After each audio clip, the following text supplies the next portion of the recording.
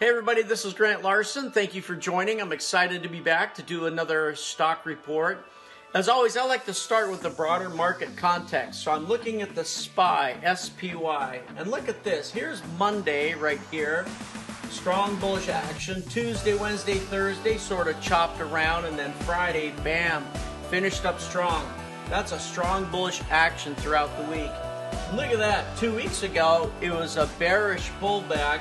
But while the market really responded, definitely a very bullish week this week. The one reminder that I have is when we make our stock trading decisions, we always want to look at the broader context, something like the SPY.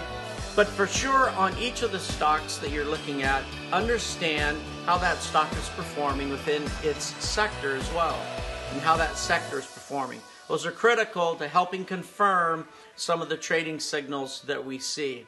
Thank you for joining. I look forward to going through the rest of the stock report with you. And as always, trade safe.